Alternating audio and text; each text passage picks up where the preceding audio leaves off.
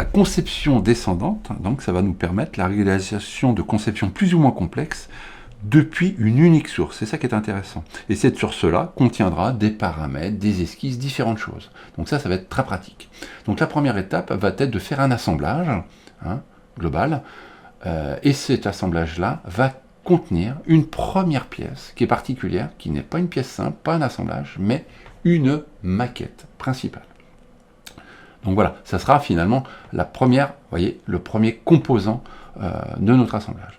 Donc on va concevoir cette maquette. Elle va contenir différents paramètres, autant qu'on le souhaite.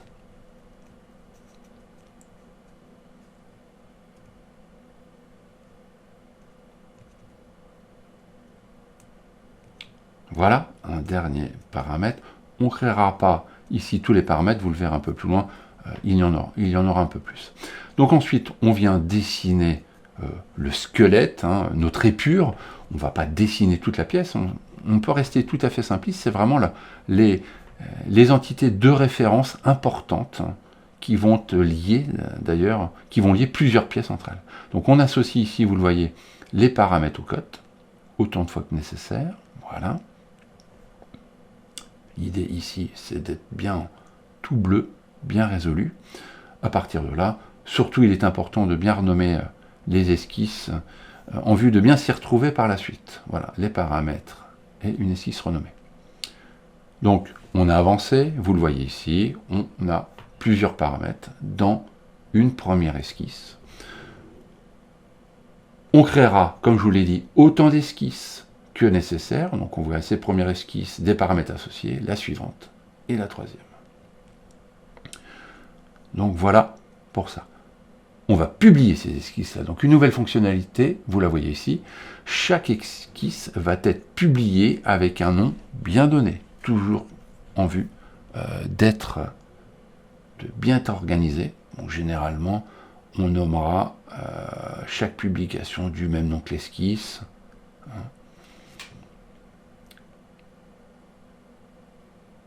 Voilà, et on vient sélectionner, vous le voyez, chaque esquisse pour qu'elle soit publiée.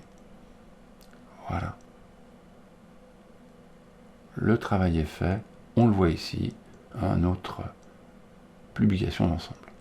Donc ça, c'est vraiment l'étape primordiale.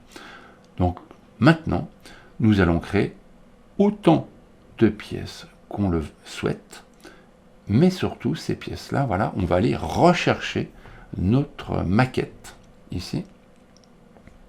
On va venir la positionner. Voilà, vous voyez, on choisit la publication et on vient la positionner à l'origine. Voilà. À partir de là, c'est parti, on est dans notre pièce spécifique. On vient dessiner autour de cette maquette. Donc évidemment, on vient en référence sélectionner les entités de la maquette et on travaille autour.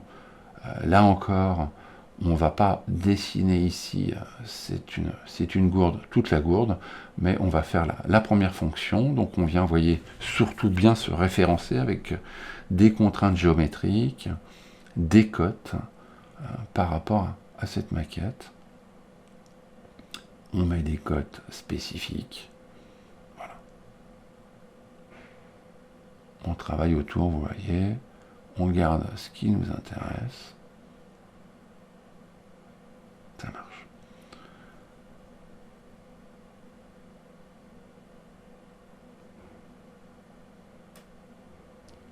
On vient ici faire une fonction de révolution.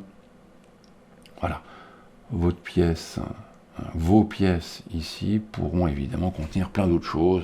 On va continuer l'opération. On le fera sur autant de pièces qu'on le souhaite. Nous voilà avec maintenant plusieurs pièces. Donc on va ouvrir notre assemblage, je vous rappelle, qui contient la maquette. Et dans cet assemblage-là, on vient insérer toutes les pièces. Donc en premier lieu, là, la gourde qu'on vient positionner. Ici, important, on vient la positionner à l'origine. Tac, c'est parfait. On valide et on renouvelle autant de fois l'opération qu'il y a de pièces dans l'ensemble. Chaque pièce, vu qu'elle a été créée depuis la maquette, vient se positionner à l'origine. Voilà. Là, c'est le filtre. On ne le voit pas ici, mais on va l'afficher en coupe. Au préalable dans l'ensemble, ça avait été engagé, voilà, tac, on voit bien nos 3 pièces ici.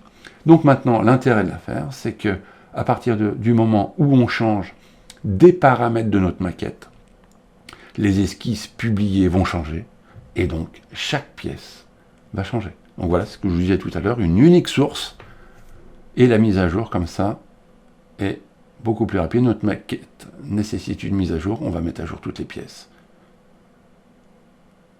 Et voilà, un nouveau modèle de gourde ici.